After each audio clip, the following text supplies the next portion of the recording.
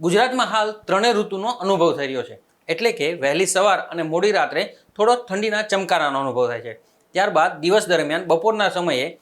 ગરમીનો અનુભવ થાય છે અને ક્યારેક ક્યારેક અમુક વિસ્તારોમાં માવઠું એટલે કે વરસાદ પડી રહ્યો છે.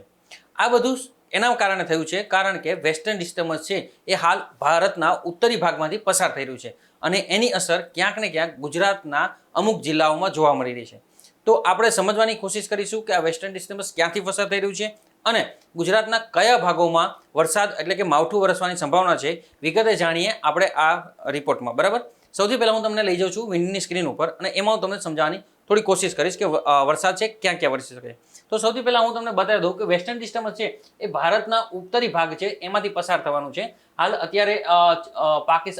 અફઘાનિસ્તાન એ બાજુથી છે, પરંતુ એ ધીરે ધીરે ભારતના ઉત્તર ભાગમાં આવશે અને એની અસર ક્યાંક ને ક્યાંક છે એ ગુજરાત જે છે એના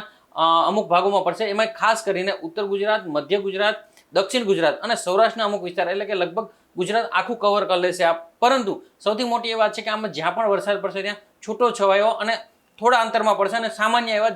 ઝાપટા અથવા છાંટા પડી શકે છે, જે બહુ ભારે વરસાદ નથી, પરંતુ ક્યાંક ને ક્યાંક ખેડૂતો માટે આ થોડા માઠા સમાચાર કહેવાય, કેમ કે અત્યારે થોડા પણ વરસાદ છે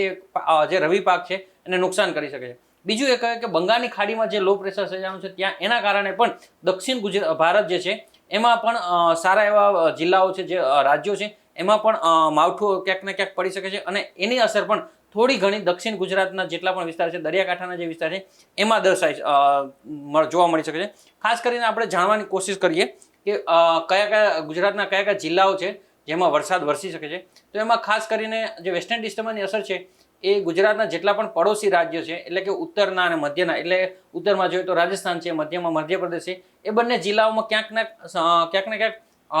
થોડા અંતરે માવઠાની અસર સર્જાય છે, કારણ કે વેસ્ટર્ન ડિસ્ટર્બન્સ ઉપરના રાજ્યોમાંથી પસાર થાય અને એની જે કહે કે પૂંછ એટલે કે એનો જે પાછળનો ભાગ હોય એ થોડો ઘણો ગુજરાતના નજીકના રાજ્યોમાં થશે અને એની અસર ગુજરાતના જોવા જઈએ તો ઉત્તર ગુજરાતના જે જિલ્લાઓ છે, મધ્ય ગુજરાતના અને દક્ષિણ ગુજરાતના અને ખાસ કરીને સૌરાષ્ટ્ર, અમદાવાદ અને જે કચ્છના જિલ્લા છે એ બધામાં વરસાદ વરસી શકે છે. અને જે દક્ષિણ ભારતમાં જે અસર સર્જાય છે એના કારણે દરિયાકાંઠાના જે વિસ્તારો છે એમાં ક્યાંક ને ક્યાંક ઝાપટા પડી શકે છે. ખાસ કરીને જો આજે વાત કરીએ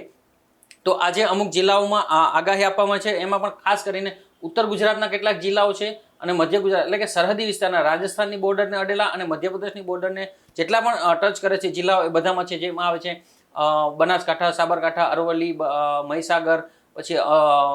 આ બાજુ છે જો નીચે દક્ષિણમાં જોઈએ તો સુરત ને એ બધા જે જિલ્લાઓ છે એમાં ક્યાંક ને ક્યાંક વરસાદ વરસે, પરંતુ આ વરસાદ છે સામાન્ય રીતે ઝાપટામાં હશે, એટલે કે જ્યાં પડશે ત્યાં સામાન્ય ઝાપટા અથવા તો થોડા ઘણા છાંટા પડી શકે છે. એટલે આના કારણે પાકને વધારે પ્રમાણમાં તો નુકસાન નહીં થાય, પરંતુ અત્યારે જે સિઝન કહેવાય કે ખેડૂતોની કે ઘઉં છે, જીરું, રાયડો અને એવા જેટલા પણ રવિ પાકો છે એ બધા અત્યારે લણણીની સિઝન ઉપર છે અને એના થોડાક છાંટા પણ થોડો ઘણો બગાડ કરી શકે છે. પણ ખાસ કરીને જોવા જઈએ તો ખેડૂતોને છે વધારે પરેશાન થવાની કે વધારે મૂંઝાની જરૂર નથી, કારણ કે આ જ્યાં પણ પડશે ત્યાં થોડુંક અમુક વિસ્તારોમાં જ પડશે, કેમ કે આ વધારે વરસાદની હોય. માવઠું હશે એટલે માવઠું એટલે કે ક્યાંક થોડાક છાંટા પડશે જે સામાન્ય અંશમાં હશે, કેમ કે વાદળા છે એ ઉપરના રાજ્યો અને ત્યાંથી પસાર થશે એટલે એની થોડી ઘણી અસર છે ગુજરાતમાં દેખાશે. પરંતુ હજી પણ 48 કલાક છે એ ગુજરાત માટે થોડા સંવેદનશીલ કહી શકાય કે કયા જિલ્લાઓમાં ક્યાં કેટલું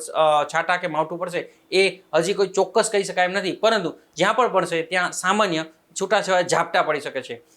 ખાસ કરીને આપણે જણાવ્યું કે આ અત્યારનું માવઠું છે, પરંતુ હજી હવામાન વિભાગ દ્વારા અને હવામાન નિષ્ણાતો દ્વારા આગાહી કરવામાં આવી છે કે આગામી માસ એટલે કે જે આવનારો માસ છે, માર્ચ મહિનો, એમાં પણ એક